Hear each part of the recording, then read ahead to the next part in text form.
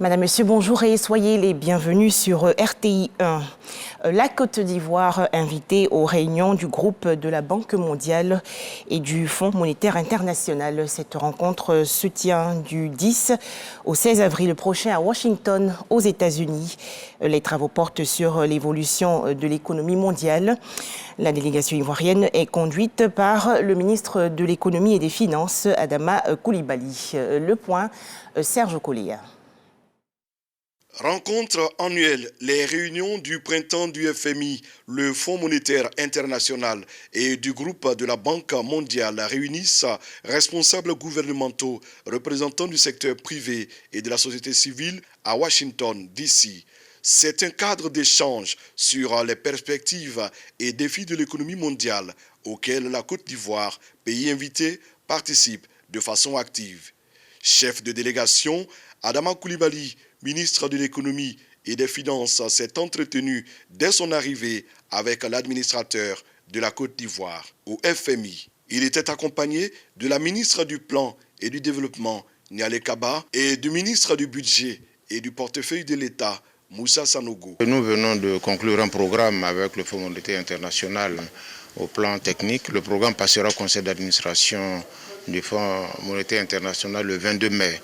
Donc c'est un programme fort, un programme solide qui sera appuyé par une enveloppe de 2000 milliards de francs CFA, qui est un financement parmi les plus importants que le FMI accorde jusqu'à maintenant. Et cela témoigne de la confiance que le FMI et les autres institutions internationales accordent à la Côte d'Ivoire, qui est bien gouvernée, qui est bien dirigée, sous l'autorité du président de la République, son Excellence M. Alassane Ouattara. Pour une des rares fois, un de nos pays africains va accéder à un niveau de ressources très important, ce qui n'a jamais été le cas. Et ça, c'est dû à la performance de l'économie ivoirienne. Et ça traduit aussi la confiance que l'institution que je représente ici porte à la Côte d'Ivoire. Agenda chargé pour la délégation ivoirienne à ces réunions du printemps du FMI et du groupe de la Banque mondiale. La réunion de cette année se tient dans un contexte assez particulier, marqué par la persistance de la crise Covid, les conséquences, marqué également par la crise en Ukraine et bien sûr l'inflation qui sévit, qui continue, le durcissement des conditions d'accès au marché des capitaux.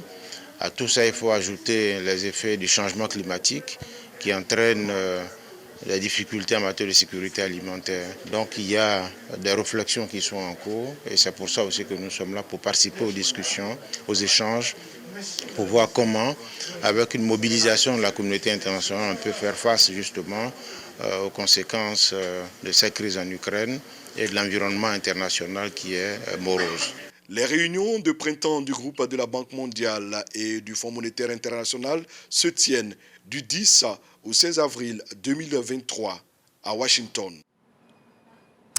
En Côte d'Ivoire, le gouvernement annonce la baisse du prix des data mobiles. Selon l'autorité de régulation du secteur des télécommunications, il s'agit de remédier à certains problèmes persistants de concurrence sur le marché de détail.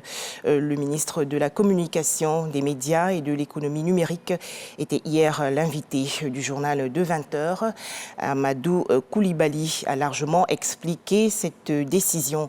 Nous allons revenir sur cette information dans le journal de 13h. Toujours en Côte d'Ivoire, il existe désormais un réseau de professionnels et de praticiens de la veille stratégique et de l'intelligence économique. C'est une initiative du Bureau national de la prospective et de la veille stratégique. Ces experts vont mutualiser leurs expériences et mettre les résultats de leurs travaux au service des décideurs publics et privés.